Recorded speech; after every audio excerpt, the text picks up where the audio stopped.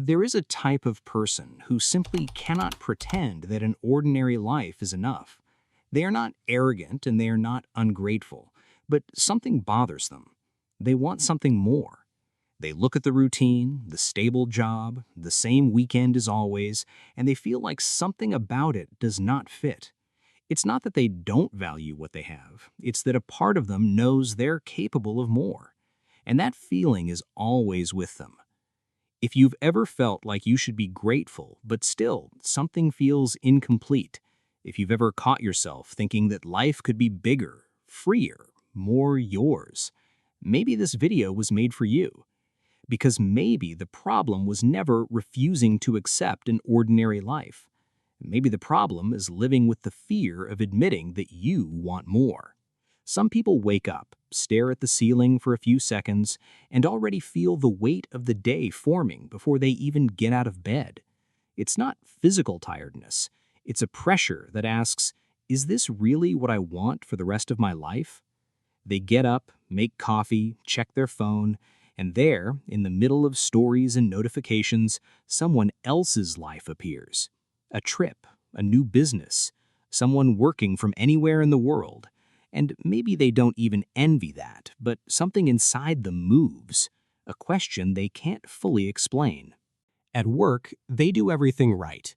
They stick to the schedule, deliver what needs to be done, smile when someone starts talking about the weekend. But inside, a part of them keeps wondering if they are falling behind.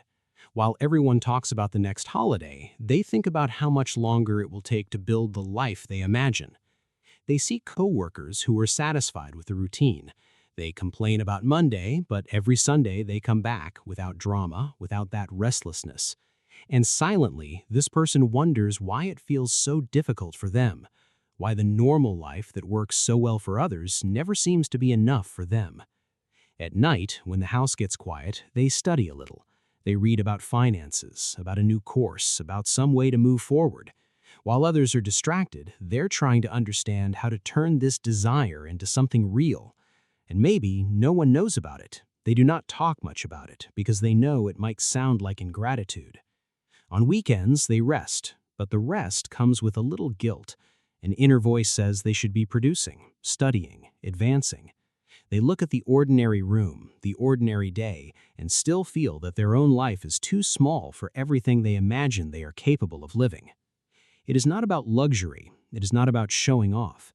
Sometimes they are not even chasing money. They're chasing air, space, the freedom to choose how to use their own time, where to live, who to be with, and where to invest their energy. And maybe this is the part they never say out loud. They do not just want to survive the routine. They want to feel that they are growing, that every day is bringing them closer to a better version of themselves, financially, physically, mentally, emotionally. They try, fail, adjust, and try again. Not because they have a perfect plan, but because stopping feels worse than any failure. And if you recognize this kind of restlessness, maybe you already know that this is not about failing to value what you have.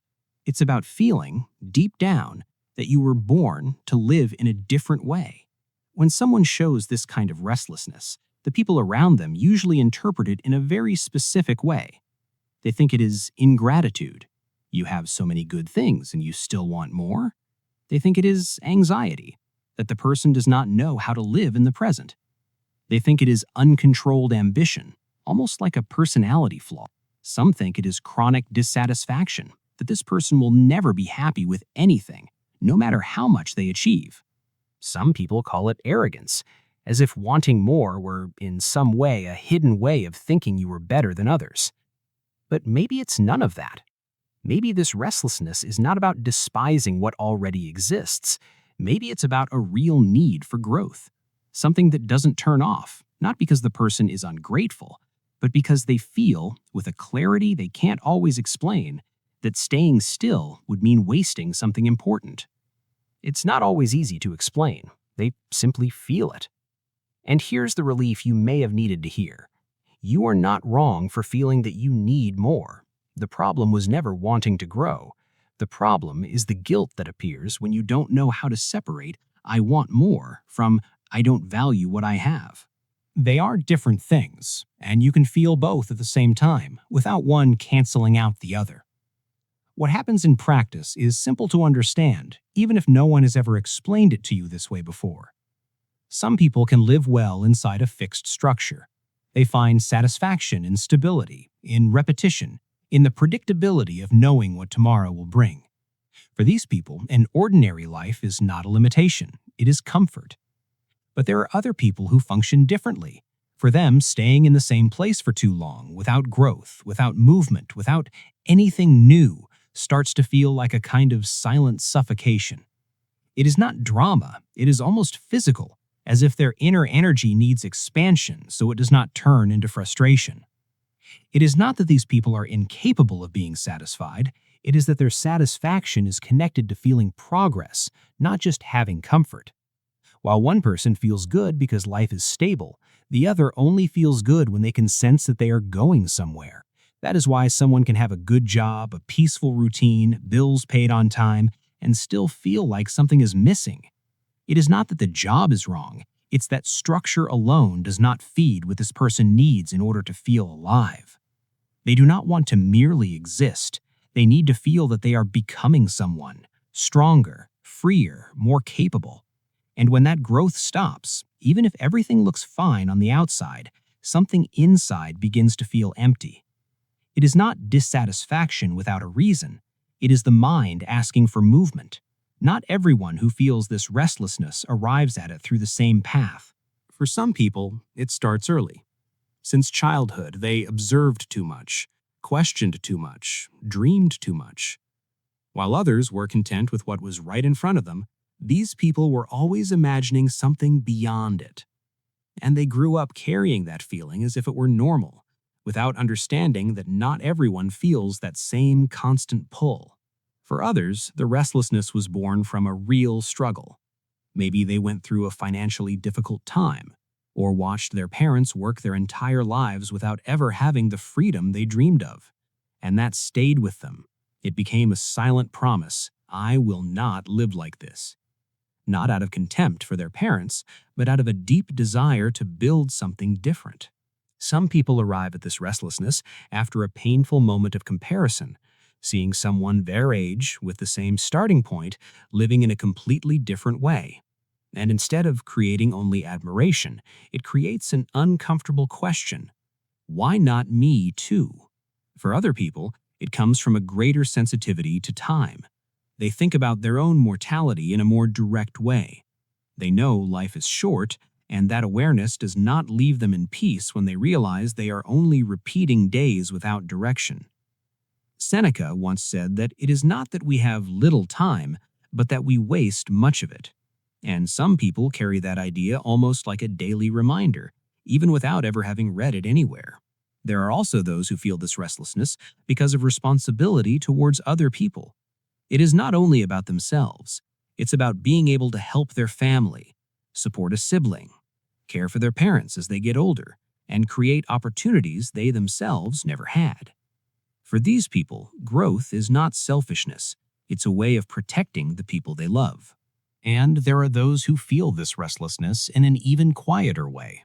It is not about money, and it is not about recognition. It is about the need to become someone better every year, more disciplined, healthier, more emotionally stable, more spiritually present. These people measure success not by what they have, but by the distance between who they are today and who they were a year ago. Different stories, different reasons, but the same core, the feeling that staying still is, in some way, a betrayal of yourself. There is a part of this that almost no one puts into words. It is the fear of reaching the end of life and realizing that you let it pass by. It is not the fear of dying, it is the fear of dying without having tried enough, of looking back and thinking, I had this desire inside me the whole time, and I chose to ignore it because I was afraid. It is the guilt of wanting more when, in everyone else's eyes, you should already be satisfied. This guilt appears silently. It does not scream. It only whispers in moments of rest that maybe you were being selfish, too demanding, never satisfied. And you do not always say this often because you know it can sound like ingratitude. It is the exhaustion of smiling, nodding along, and pretending that the normal path makes sense, while inside there is a desire that cannot find space to be spoken out loud. Because when someone tries to explain this, sometimes they run into looks that don't understand, and then the person learns to keep it inside. It is the loneliness of feeling that you are moving in a direction that few people around you fully understand. Friends who think you work too much, family members who ask why you do not relax like everyone else, and there you are, trying to explain without sounding arrogant, without sounding ungrateful, without sounding like you were despising the life you have built so far. It is the tension of living between two places at the same time, gratitude for what already exists, and an honest desire to have more. Two things that seem like a contradiction, but in truth, they live together inside the same person all the time. And maybe the heaviest part is this: the feeling of always building, always adjusting, always trying, without knowing exactly when it will be enough, without being sure whether this restlessness will finally rest one day, or whether it is actually part of who you are. They don't hate a normal life, not exactly. They're just afraid of disappearing inside it, afraid of becoming just another routine, another repetition, another day like every other, until one day they wake up and no longer recognize who they have become. Maybe this restlessness was never the problem. Maybe it is actually a compass, a part of you that refuses you to settle into a life smaller than the one you are capable of living. Not accepting an ordinary life doesn't mean running away from reality. Many times it means the opposite. It means trying to build a reality where there is more freedom, more growth, more meaning, not only for you, but the people you love and can help along the way. The problem was never wanting more. The problem is forgetting to value what is already being built while you are walking forward. Not every ambition is born from ego. Sometimes it is born from a deep desire to live with more freedom and to give that same freedom to the people around you. You do not need to be better than others. You only need to be a little better than you were yesterday. And maybe that is exactly what you have been doing all along, even without realizing it. An ordinary life only feels heavy when a person's soul is asking for expansion. And if that is what you feel, maybe it is not time to demand less from yourself. Maybe it is time to stop apologizing for wanting more. You can seek freedom.